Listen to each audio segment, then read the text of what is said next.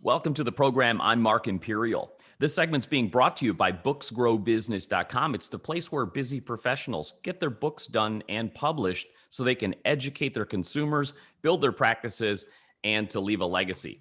We're doing a series of spotlights on remarkable attorneys across the country with a focus on elder law and or estate planning. Joining me today on this segment from New Hampshire is Ben Kiniry. Ben, welcome to the program. Thanks for having me, Mark. It's great to be here. It's great to help get the word out about this area of the law called elder law. I know it's a broad topic, so kindly tell us a little bit of a snapshot of your areas of focus and the types of clients that you serve. So the focus area really is people age 60 and older. And elder law focuses on what I call the big law in the United States. If you look at Social Security, Medicaid, Medicare, the Internal Revenue Service, if you actually go to the law libraries, look at the books, that's the big law. And it's a law that impacts people as they get older. So my typical client is just your average Joe, someone that owns a home, they put away some money for retirement, and they're looking forward to retirement. And the thing that they're not really planning for often is, what if my spouse or I fall ill and we need nursing type care? So you have estate planning, and people are always, if I ask them, do you have an estate plan? They go, I have a will. Okay, do you have an asset protection strategy to try to protect your family, financially speaking, from the high cost of long-term care? And so all those other areas that I just mentioned, they all kind of come together. They're either financially related, like the IRS and Social Security, or they're related to I've fallen ill or I'm declining in health and I need some help. And that's very expensive. I feel like from the virtue of the words, elder law and estate planning, just they telegraph that I need to do this later. This isn't for now, and I feel like that's why people put it off so much. Are there myths and misconceptions out there that do just that, keep people from getting their financial house in order? No, I think it's more of personality types.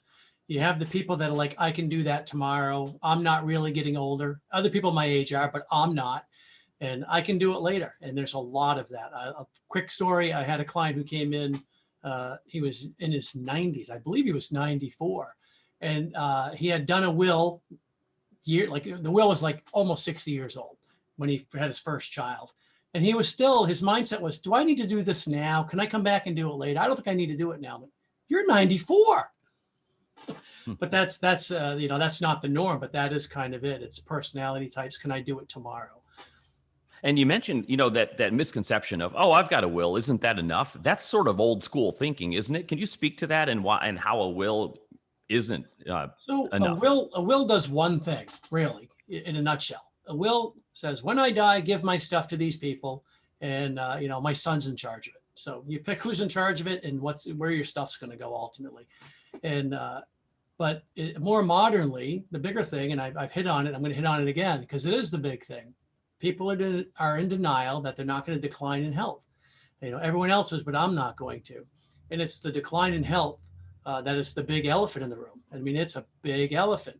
And the people that are in denial about it are the ones who end up spending a lot of money on it, or in some cases, all of their life savings, because it's so easy to do. In New Hampshire, the average cost of care is around $12,000 a month. And for your average Joe, that'll eat up a retirement savings pretty quick. So, my whole practice thing, really, my focus is, let's have a plan in place. Usually involves a trust, at least in the states I'm admitted in, which is Connecticut and New Hampshire. And along with that trust is a strategy. And that strategy can have a lot of different pieces because there's a lot of law out there. And people like to talk about loopholes. Well, they're not loopholes. It's someone like me learning the law, and I apply that law to your particular circumstances and ultimately use it to your family's advantage as to the best of my ability. So for folks that are listening that realize, hey, maybe I should pay a little bit more attention to this area here, but they just don't know where to start. What do the steps look like? What are the things that they should be looking for? So if I'm just going to give general advice to people, there's a group called the National Association of Elder Law Attorneys, referenced as NALA. And there are over 4,000 members, and it's people like me who put themselves out as specializing in this area of the law. So I don't do other stuff. This is the only thing I've ever done. And you have to focus because, as I said earlier, the law is so big to learn it, become proficient, and not to make the kind of mistakes that will end you up with great liabilities. You have to focus. So I would have people start with going on NAILA's website, naila.org, and just reading stuff. Just start reading. And on that site, you can find people in your geographical area who are putting themselves out as an elder law attorney. And then the next step really is to look at their website and see, do they really focus on this? Because if you go into a website and it says, I do this, and there's a list. I do all these things.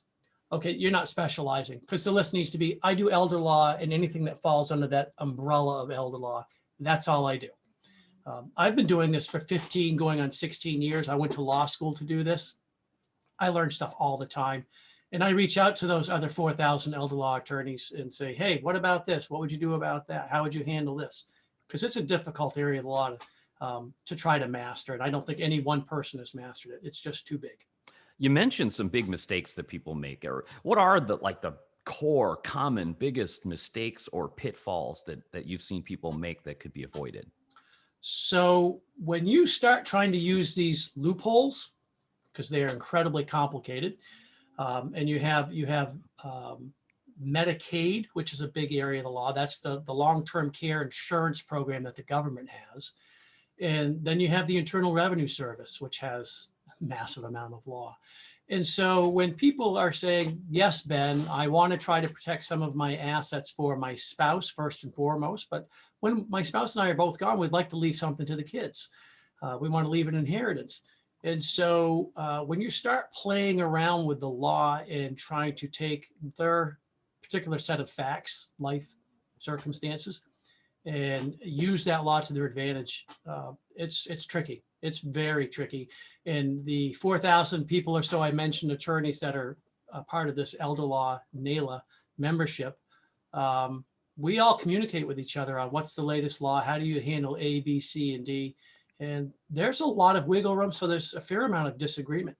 And each state has a role to play. It's not all federal law. So the states have their share of the law. So you have to learn the federal law, you have to learn the state law, and then you have to apply the law to the facts, which is, law school. Apply the law to the facts. And boy, you could easily make a mistake. So you have to be up to the minute on the law. Absolutely. You cannot dabble in this, Mark. There's no dabbling. That's why I say when you have the list of things you do, it has to be one, elder law. It can't be 5 other areas of the law. So if I'm saying to someone, go to NAILA, find some attorneys, go on their website. If they're doing 20 different things, no. If they're doing elder law, absolutely yes. They've been doing elder law for 10 plus years, perfect. They've been doing elder law for 2 years, run away. You need to have a mentor. You have to start. I had a mentor for the first 8 years of doing this. And really, I felt like I could have used more mentoring because it's that difficult. Sage advice. Ben, you've been doing this a long time, as you mentioned. What inspired you to focus on elder law? How'd you get started in this area of the field? So there's a couple different things. One, I had some family members who struggled as they got older, and all their money went. I had an aunt who was handicapped to some degree, although she wouldn't say that because she was too strong of a person to say that. And she saved her monies, and she was hoping to leave monies to family members to help out other people. And long-term care came along. She needed some help, and it wasn't for that long. And $250,000 was gone, in a flash. And then I had family members who had cognitive impairments, Alzheimer's, and watched what they went through, and who helps these people and how do they do it? Because it didn't seem like there was a lot of help out there for those kinds of people. So when I went to law school, I was an open book. I'm gonna find out what I'm going to do. I'm not going to decide in advance. And I gravitated towards that area of the law. So you have to like the Internal Revenue Code. No one likes that. You have to like Medicaid and Medicare. That's a big body of law, both of those. And you have to like things that are really complicated in figuring out what's the best avenue, not what's an avenue that works, but what's the best avenue. And I gravitated to those areas of the law. And so by the end of law school, I knew I was going to be a trust and estates guy. But honestly, elder law hasn't been around that long. in regards to law in general, because it takes a while. So I'm going to say it started in the late 90s, but didn't really get rolling until 2005 to 2010. And now it's an accepted area of the law, but it's still kind of in its infancy. People don't know about it, which is why it's great to be talking with you today. Yeah, as you mentioned, there's a lot to it. So you definitely need to have that focus and that specialization because, gosh, there's just too much to learn. Ben, for folks listening that are in an area that you serve and can help near New Hampshire, please tell us that, the areas that you serve and how they can find you, connect with you, and learn more. Okay, so the broad answer is if you're 60 and older and you've never sat down with someone who is an elder law attorney, you're doing a disservice to yourself. And I don't care if you have someone who's an estate planning attorney and they've been doing it forever. If they are not strong in elder law, it's a disservice not to take the time to find someone who is an actual elder law attorney. So my office is in Bow, New Hampshire. And my email address is my first name at last name. So Ben at Kiniry, I'll spell that Kiniry.